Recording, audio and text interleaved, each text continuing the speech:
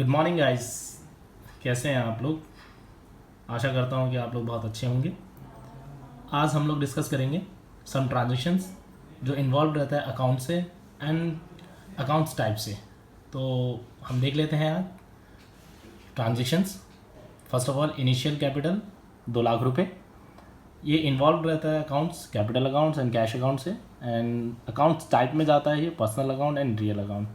Second आता है net worth rent worth 50,000 रुपये। ये फॉर एक एग्जांपल है सारे cash accounts and rent account. और ये अकाउंट टाइप रहता है, इसमें रियल अकाउंट और नॉमिनल अकाउंट रहता है, जैसे कि मैं प्रीवियस अपनी वीडियो में भी बता चुका हूँ। दैन थर्ड देखते हैं purchase of goods worth 1 lakh rupees from XYZ private limited company works. XYZ private limited accounts purchase account से रिलेटेड रहता है, जो कि आपका personal account and nominal account से रहते हैं, जिनको हम व्यक्तिगत खाता और नाम मात्र खाते बोलते हैं। एंड फोर्थ आता है sale of accounts worth 1.5 lakh रुपये, यानी कि सेल्स अकाउंट से रिलेटेड रहता है एंड कैश अकाउंट से रहता है, जो कि nominal account and real account से रहता है। फिफ्थ देखते हैं हम cash payment to XYZ private limited for goods purchase, यानी कि हमने कैश अगर हम किसी को पेमेंट करते हैं XYZ प्राइवेट लिमिटेड को अगेंस्ट टू परचेज करने में, तो cash account XYZ private limited accounts रहेगा, जो कि real accounts and personal accounts रहेगा। एंड सबसे last 6 salary payment of employ worth, यानी कि हम जो हमारे जिस कंपनी में कोई व्यक्ति काम करता है तो उसको जो सैलरी दी जाती है वो रहता है आपका कैश अकाउंट से एंड सैलरी अकाउंट से रिलेटेड रहता है, जो कि रियल अकाउंट और नॉमिनल अकाउंट रहता है।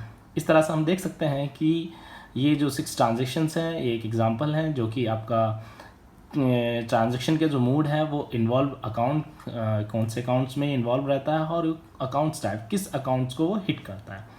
देन आगे हम डिस्कस करते हैं इनकी सम एंट्रीज। तो लेट्स चलते हैं हम जनरल एंट्रीज पे। हम आ गए हैं अब जनरल एंट्रीज। फॉर एग्जांपल देख लेते हैं, जैसे कि पहला देखते हैं XYZ private limited started with in business with capital account 2 lakh रुपए से। तो अकाउंट टाइप रहेगा कैश अकाउंट डेबिट 2 लाख रुपए and capital account credit 2 lakh रुपए रहेगा। सेम नेक्स्ट है जो आपका rent property worth of 50,000 rupees, यानी कि हम किस रेंट जो प्रॉपर्टी ली गई है उसमें rent account debit 50,000 rupees and cash account credit 50,000 rupees.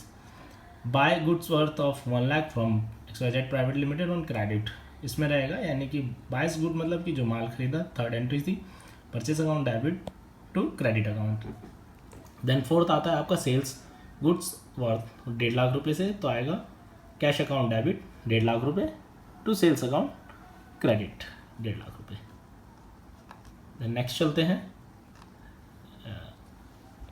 Next है आपका pay of XYZ limited in cash for purchase goods, यानी कि आपका हैं जो कि हमने गुड्स खरीदने के अगेंस्ट में हमने कैश से पेमेंट करी है, तो XYZ private limited account debit 1 lakh rupees to credit cash account. Then 6 last entries जो है the company pay of 1 lakh worth of salary to its employ, 1 lakh रुपये तनख्वाह देती है कंपनी, तो उसकी एंट्री क्या होगी, सैलरी अकाउंट डेबिट 1 लाख रुपये और कैश अकाउंट क्रेडिट 1 लाख रुपये। तो इस प्रकार से ये जनरल एंट्रीज थी, कुछ हमारी जो 6 सुपर ट्रांजेक्शन दी गई थी मोड ऑफ इन ट्रांजेक्शन के अगेंस्ट में। देन अब लास्ट चलते हैं कि इन सारी एंट्रीज का हमारा बेनिफिट्स क्या है। सो benefits of golden rules of accounting, कि ये गोल्डन रूल्स का अकाउंटिंग का आखिरकार हमारे बिजनेस में या किसी भी फाइनेंशियल्स बनाने के लिए किसी भी कंपनी को क्यों आवश्यक है और इनका रोल ऑफ इम्पोर्टेंस क्या है इन बुक्स फाइनलाइजेशन में। तो फर्स्ट ऑफ ऑल हम कुछ पॉइंट्स हमने मेजर पॉइंट डिस्कस करते हैं, जैसे कि सबसे पहले आ रहा है proper maintenance of business records. क्या होता है कि किसी भी व्यवसाय को प्रॉपर तरीके से अगर हम बिजनेस रिकॉर्ड्स को मेंटेन करते हैं तो आगे हमें कोई भी चीज़ लाइक्स क्रॉस वेरीफाई करने के लिए बहुत ईजी होता है। देन सेकेंड आता है कंपेयरिंग फाइनेंशियल रिजल्ट। हम कंपेयरिंग फाइनेंशियल रिजल्ट्स देख सकते हैं, जैसे कि जस्ट लाइक ये एग्जांपल में ले लेते हैं हम फाइनेंशियल ईयर। मान लीजिए कि हम लास्ट 3 ईयर के फाइनेंशियल ईयर उठाते हैं और हमारे जो करंट फाइनेंशियल ईयर्स होते हैं हम उससे कंपैरिजन कर सकते हैं कि हमने लास्ट 2 ईयर्स में कितना ग्रोथ किया है और अभी का जो हमारा स्टेटस है वो हमारा कितना ग्रोथेबल है। देन थर्ड आता है calculating the valuation of business. यही सेम कैलकुलेटिंग कर सकते हैं, जस्ट लाइक फॉर एग्जांपल कि हम बिज़नेस में कितना डे बाय डे ग्रोथ कर रहे हैं। ये मंथली बेसिस पे भी हो सकता है, ये वीकली बेसिस पे भी हो सकता है, ये आपका क्वार्टरली बेसिस पे भी हो सकता है और end of the financial years basis पे भी हो सकता है। एज़ पर कंपनी नॉर्म्स जैसे चाहे वैसे वो इसको रिकॉर्ड्स कर सकती हैं, कैलकुलेटिंग करके अपना बिजनेस वैल्यूएशंस कर सकती हैं। देन फोर्थ ऑप्शन आता है help in budgeting as well as future projection. अगर हम कोई भी कंपनी क्या होती है, जो बड़ी कंपनी होती है वो किसी भी प्रोजेक्ट को लगाने से पहले उनका एक बजट पास करती है। ये कंपनी एज़ पर शेड्यूल्स हो सकते हैं, ठीक है, या एज़ पर डिपार्टमेंट्स बजट हो सकते हैं। तो उन बजट के लिए भी हमारे प्रॉपर फाइनेंशियल रिकॉर्ड्स जो होते हैं वो काफ़ी हेल्पफुल होते हैं। देन फिफ्थ आता है एविडेंस ड्यूरिंग लीगल केसेस। जब कोई भी कंपनीज होती है उसमें जब लीगल केसेस होते हैं, जस्ट लाइक जैसे कि आपका सेल टैक्स हो गया, वैट केस हो गया, पुराने टाइम में एक्साइज केस होता था, और अभी करंटली जीएसटी। तो ये जब भी गवर्नमेंट किसी भी प्रकार का ऑडिट या कोई नोटिस देती है तो उस कंडीशंस में जो है आपके जो रिकॉर्ड्स अगर प्रॉपर होते हैं तो उनको लीगल केसेस में बहुत ज़्यादा हेल्पफुल होता है और काफ़ी मदद मिलती है फाइनेंशियल्स रिकॉर्ड्स को मेंटेन करके रखने से। देन सेकेंड लास्ट क्वेश्चन आता है आपका एसेंस इन टैक्स रिलेटेड मैटर्स।